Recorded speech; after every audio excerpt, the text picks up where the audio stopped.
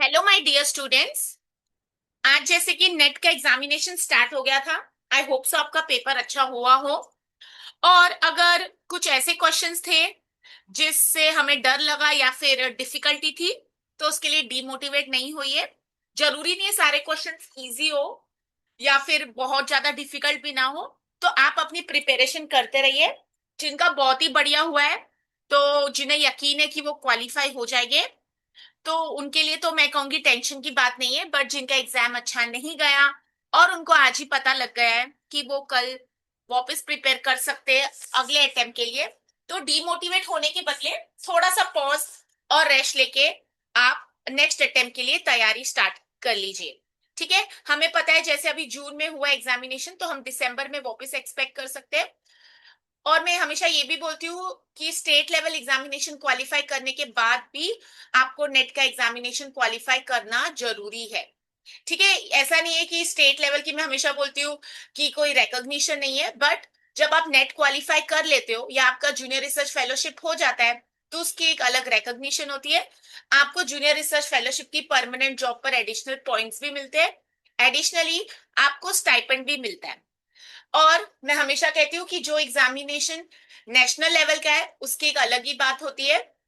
In case आपको कभी future में रीलोकेट होना है, तो आपको नेट के लिए नेट के साथ बहुत हेल्प हो जाएगी।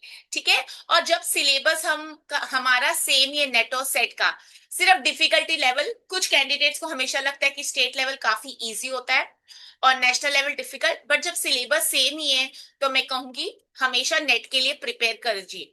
ठीक है।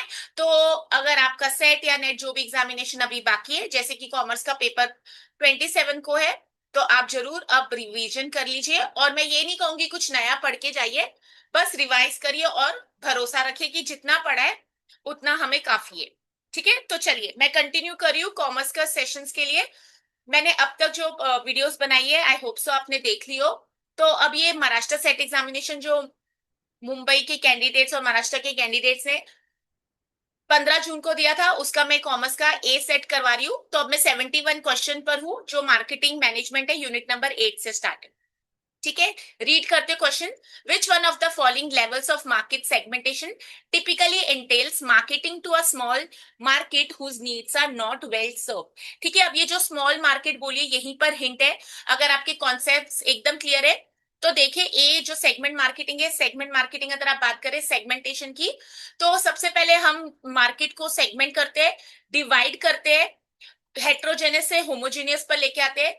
जैसे ही सेगमेंटेशन हो जाती है, हम टारगेटिंग करते हैं। जैसे अगर मुझे बीकॉम के कैंडिडेट्स को पढ़ाना है, तो मैं सेगमेंट कर ली पूरी मार्केट में से, सारे स्ट्रीम्स के बच्चों में से सिर्फ बीकॉम। और उसके बाद मैं टारगेट करूं, जैसे सपोज मुझे सिर्फ एफ वाई बीकॉम मेरा टारगेट है, या सिर्फ एस वाई बीकॉम या टी वाई बीकॉम। ठीक है। और उसके बाद हम पोजिशनिंग करते हैं। What is positioning? You are creating an image in the minds of the customers. If I talk about Maggi, you will think about noodles. ठीक है, तो मैगी ने ऐसे पोजीशनिंग की हुई है। If I talk about Cadbury's, you understand कि वो चॉकलेट बोलने की मुझे जरूरत नहीं है, तो ये सब पोजीशनिंग होती है। ओके, तो ये सेगमेंटेशन, टारगेटिंग और पोजीशनिंग, एसटीपी। तो यहाँ पर ये वो आंसर नहीं है। निश मार्केटिंग, राइट है, इसको निश मार्केटिंग बोलते हैं। छोटा मतलब ये सेक्टर ऐसा है या ये सेगमेंट ऐसी है जहां पर हमने बहुत सारा हमारे पास ऑडियंस की डिमांड नहीं हो सकती। जैसे मैं बोलूं, अगर आप एडल्ट डायपर्स की बात करेंगे, तो सिर्फ एडल्ट ही उनको यूज कर सकते हैं। ठीक है, तो ये निश मार्केट है जिनकी नीड्स अब तक पूरी सॉल्व नहीं हुई है। लोकल मार्केटिंग को आपको मतलब पता है, और इंडिविजुअल मार्केटिंग भी यहाँ पर करेक्ट आंसर बनता नहीं है। तो जो marketing to a small market whose needs are not well serve का मतलब ही निश मार्केटिंग है।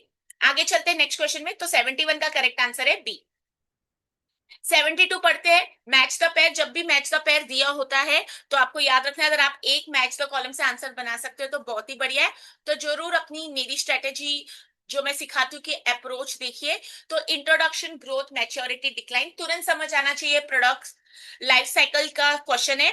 और लिस्ट में बताया, redefining the target markets, reduce the number of distribution outlets, improving product quality और एस्टैब्लिशिंग अ ब्रांड आइडेंटिटी। देखिए अब हमारे पास नीचे चार ऑप्शंस है, तो अगर कोई भी एक आपको पता है तो उसमें से आंसर बनाने की कोशिश कीजिए। देखिए, इंट्रोडक्शन हमेशा establish a clear brand identity, awareness बनानी बहुत जरूरी है।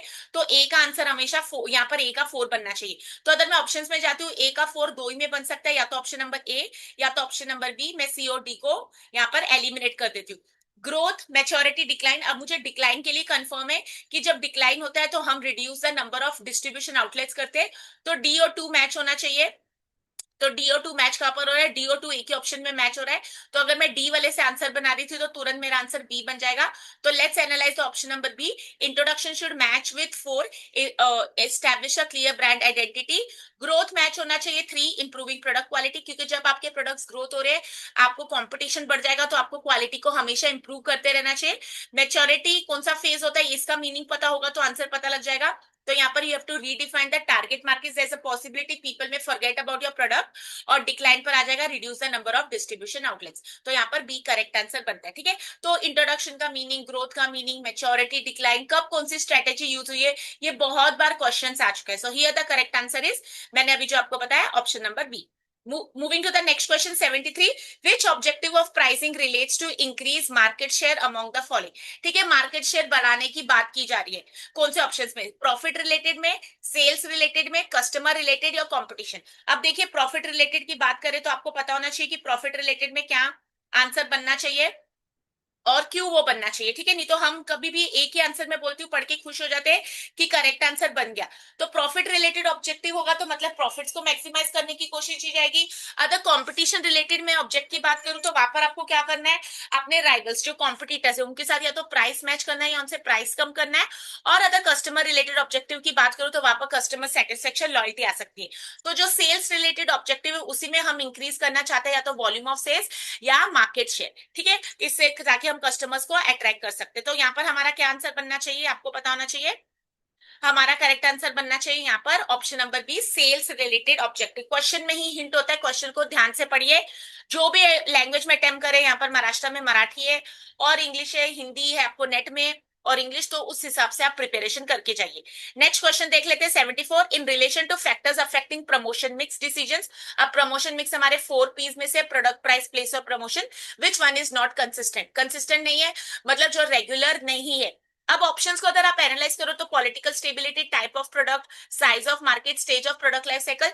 कॉमन सेंस से बी, सी और डी कहीं ना कहीं मार्केटिंग से जुड़ रहे हैं। और पॉलिटिकल स्टेबिलिटी की अगर मैं बात करूं तो वो सिर्फ क्या है, वो हमारा मैक्रो इन्वायरमेंटल फैक्टर है जो बिल्कुल भी हमारे हाथ में नहीं होता है। ठीक है, तो पॉलिटिकल स्टेबिलिटी यहाँ पर करेक्ट आंसर बनना चाहिए। वो एक मैक्रो इन्वायरमेंटल फैक्टर है जो ओवरऑल बिजनेस को अफेक्ट करता है, सिर्फ मेरे बिजनेस को नहीं। ठीक है, तो टाइप ऑफ प्रोडक्ट डिटरमाइन करता है आप कौन सी प्रमोशन मिक्स यूज करेंगे, क्या आप एडवर्टाइजिंग कर रहे हैं, सेल्स प्रमोशन, मतलब depending on the product. Size of market आपको इन्फ्लुएंस करती है कि आप कैसे स्ट्रेटेजी बनाएंगे अपने प्रमोशन की। ठीक है, क्या आप ज्योग्राफिकल आपका पूरा वर्ल्ड को कवर कर रहे हैं या सिर्फ एक रिलीजन या एक रीजन को कवर कर रहे हैं। और stage of product life cycle तो आपको पता है, जैसे सबसे ज्यादा प्रमोशनल एफर्ट्स कौन से स्टेज पर लगने चाहिए। तो यहाँ पर हमारा करेक्ट आंसर बनता है political stability. Odd man out की स्ट्रेटेजी आप लगा सकते हो। पॉलिटिकल स्टेबिलिटी मार्केटिंग से डायरेक्टली हम कनेक्ट नहीं करते, बट सीओडी हमारे मार्केटिंग के कॉन्सेप्ट से।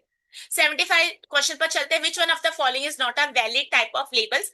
क्वेश्चंस को हमेशा ध्यान से पढ़िए, नॉट वर्ड आता है उसको अंडरलाइन कर लीजिए। क्या वो ब्रांड लेबल है, क्या वो ग्रेड लेबल है, क्या वो डिस्क्रिप्टिव लेबल है या एंटरटेनिंग। देखिए, एंटरटेनिंग लेबल तो कुछ भी नहीं रहता है, बट फिर भी मैं हमेशा बोलती हूँ ऑप्शंस को एनालाइज करके आंसर बनाइए। तो अगर मैं बोलूँ ब्रांड लेबल होता है, जैसे ब्रांड का नाम लिखाएगा। ठीक है, आपने कौन से कपड़े खरीदे, आपने कौन सी कोल्ड ड्रिंक खरीदी है, ठीक है, वो नाम लिखा रहेगा, पेप्सी, कोका कोला। अगर डिस्क्रिप्टिव लेबल की मैं बात करूं तो वहां पर डिस्क्रिप्शन दिया होगा, ग्राम्स, ठीक है, फिर उसकी एक्सपायरी डेट, ठीक है, मैन्युफैक्चरिंग डेट। ग्रेड लेवल की बात करूं तो कौन से ग्रेड के, जैसे कुछ प्रोडक्ट्स के ऊपर ग्रेडिंग होती है। तो एंटरटेनिंग ऐसा कुछ भी नहीं है, तो यहाँ पर करेक्ट आंसर बनना चाहिए आपका एंटरटेनिंग लेवल। ठीक है, उन्होंने पूछा था नॉट। 76, तो आंसर बन जाएगा 75 का D. 76, consumer who holds a most favourable attitude towards the brand. क्या वो पॉजिटिव कस्टमर है, कंज्यूमर है, क्या इंथुजियास्टिक है, क्या इंडिफरेंट और हॉस्टाइल। देखिए, इंग्लिश के भी मीनिंग है। इंथुजियास्टिक जो बहुत ज्यादा एक्साइटेड होते हैं, पॉजिटिव जो फेवरेबल एटीट्यूड बताते हैं, इंडिफरेंट होते हैं जिनको कोई फर्क नहीं पड़ता, और हॉस्टाइल का अगर आपको मतलब पता है तो आप आंसर यहाँ पर बना सकते हैं। ठीक है, तो हॉस्टाइल का मतलब रहता है जिनका नेगेटिव एटीट्यूड होता है, जो डिफेक्ट। ठीक है, तो यहाँ पर इंथुजियास्ट करेक्ट आंसर बनना चाहिए, जिसका मोस्ट फेवरेबल एटीट्यूड होता है एक ब्रांड के लिए, और ये ऑफन हाई लॉयल रहते हैं और ये हमारा ब्रांड रेकमेंड करते रहते हैं। ठीक है, तो पॉजिटिव में क्या हो जाएगा, सिर्फ फेवरेबल एटीट्यूड हो जाएगा, जरूरी नहीं है वहां पर स्ट्रॉन्गेस्ट और मोस्ट कमिटेड हो। इनडिफरेंट का मीनिंग मैंने आपको बता दिया है, या तो उनको फर्क नहीं पड़ता, न्यूट्रल रह सकते हैं, और हॉस्टाइल में नेगेटिव एटीट्यूड करेक्ट आंसर बन जाएगा। नेक्स्ट क्वेश्चन पर चलते हैं।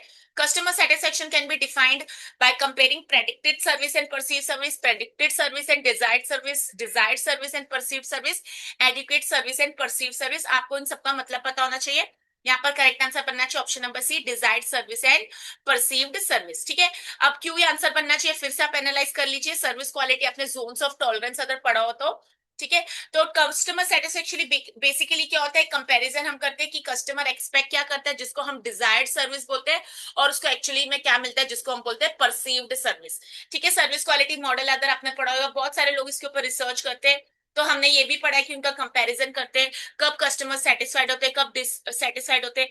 ठीक है, अब मैं ऑप्शन बोलूं प्रेडिक्टेड सर्विस और परसीव्ड सर्विस, तो ये सर्विस एक्सपेक्टेशंस की बात कर रहा है। Predicted service and desired service की बात करूं तो ये सेटिस्फेक्शन के बारे में बात कर रहा है, ये तो एक्सपेक्टेशन फॉर्मेशन बन रही है। और एडिकेट सर्विस और परसीव सर्विस की बात करूं तो ये minimum acceptable level of service है, जो हमारे सर्विस क्वालिटी गैप्स में यूज किया जाता है, but it is not a measure of satisfaction. ठीक है, तो यहाँ पर हमारा करेक्ट आंसर बनना चाहिए ऑप्शन नंबर सी। अगर आप अब तक प्रिपेयर नहीं है तो मैं हमेशा बोलती हूँ रिवीजन करके जाइए। परसों अगर हमारा एग्जाम है, कल अगर हमारा एग्जाम है, तो हमें याद रखना है कि कुछ नया नहीं पढ़ना है, बट कोशिश करनी है जो पढ़ा हुआ है उसको रिवाइज करें। एग्जाम में बिल्कुल भी डर के मत जाइए, कॉन्फिडेंटली जाइए। क्योंकि है ना, ऐसा हो जाता है कि हम एग्जाम में इतना डर जाते हैं कि हमसे आंसर ही नहीं बन पाता, या हम कोई चीज का स्ट्रेस ले रहे थे, एडमिट कार्ड पर जो लिखा है रूल्स रेगुलेशंस उसको फॉलो कर लिए। एंटी ऑफिशियल्स बहुत ही स्ट्रिक्ट होते हैं, और अगर आज जिन आपके फ्रेंड्स का कोलीग्स का पेपर हो चुके हैं, उन्होंने अगर आपको कुछ ऐसा बताया जो आपके फेवर में नहीं है, तो प्लीज उसको इग्नोर कर लीजिए, खुद को डिमोटिवेट मत कीजिए।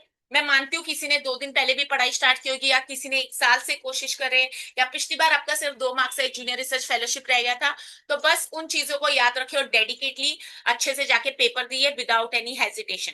चलते हैं नेक्स्ट क्वेश्चन पर। 78 which among the following statements is incorrect.